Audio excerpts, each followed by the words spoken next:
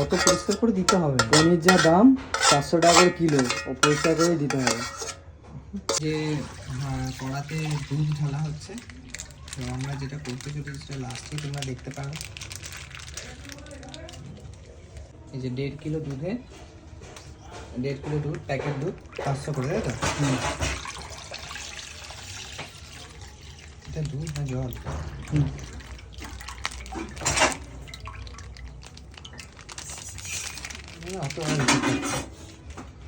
আচ্ছা, আলমন্ড, কিশমিশ, কাজু, এটাকে পেস্ট হবে।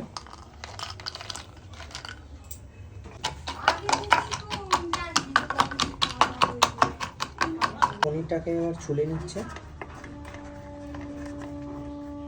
দুধ ফুটে গেছে, 10 মিনিটের মতো দুধ ফোটাতে হবে।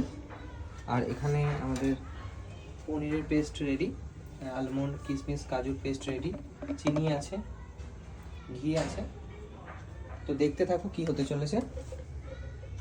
ফুটন্ত দুধে পনির কুচোগুলো ছেড়ে দিচ্ছি।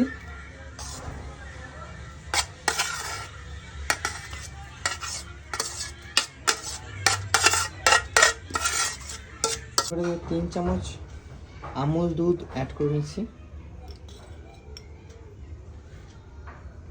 4 চামচ দিলে হয়, কোনো অসুবিধা নেই। বেশি করে দিয়ে দে না, সবটা ছেড়ে পুছে আবার রেখে দেয় কি আছে। এর সঙ্গে চিনি অ্যাড করে নিচ্ছি। নিজের যে চোখে স্বাদ মতো মিষ্টি দিতে পারে, বেশি মিষ্টি দিস না। তো দুধটা ফুটে পুরো গাঢ় হয়ে গেছে, এরকম এই ছিটকে পড়ছে, এটা ক্ষীর হয়ে গেছে, পুরো ক্ষীরের মতো হয়ে গেছে। তার সঙ্গে একটু ঘি দিয়ে দিচ্ছি।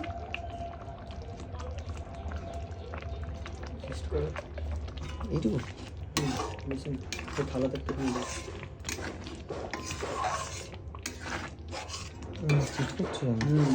গায়ে পড়ছে।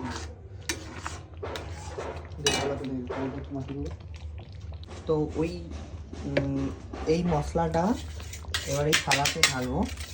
সেই জন্য থালাতে ঘি হালকা করে মাখিয়ে নিচ্ছি। ঘিটা না গরম করলে তো কাঁচা হয়ে যায়, গরম তো ওখানেই হয়ে যায়। তো আসল রেসিপিটা হলো আমাদের বানানো হলো কালাকাঁদ মিষ্টি। যেহেতু আজকে সরস্বতী পুজো, আজকে সন্ধ্যাবেলার জন্য এটা তৈরি হচ্ছে। তো এরপর বাদাম, কিশমিশ, আলমন্ড, কিশমিশ, কাজুর পেস্টটা দিয়ে দেবো।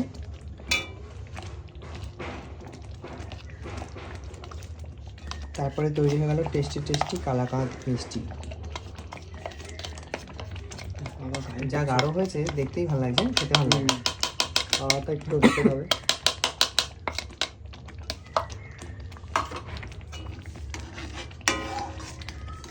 ছিটকাচ্ছে যেন এত, কেন? পুরো মাখামাখি ফোনে পড়ে যাবে যে। ওই জিনিসটা এরকম ঠিক ঘিয়ের মতো হয়ে যাবে, পুরো মাখন টাইপের হয়ে গেছে। ঘিয়ে হ্যাঁ, ক্ষীরের মতো হয়ে গেছে। আর এখানে ঘি মাখানো বাড়িটাতে ঢেলে নিলাম। ঢেলে নিয়ে নর্মাল ঠান্ডা করে নিতে হবে, মাছ তৈরি হয়ে যাবে কালাকাঁদ। পিস করে চৌকো করুন, গোল করুন, যেরকম যেরকম শেপ দেবেন সেরকম সেরকম শেপ হবে। ডাইরেক্ট এরকম চটকান চাটু খেতে পারেন। তো বাই, নেক্সট ভিডিওতে দেখা হচ্ছে।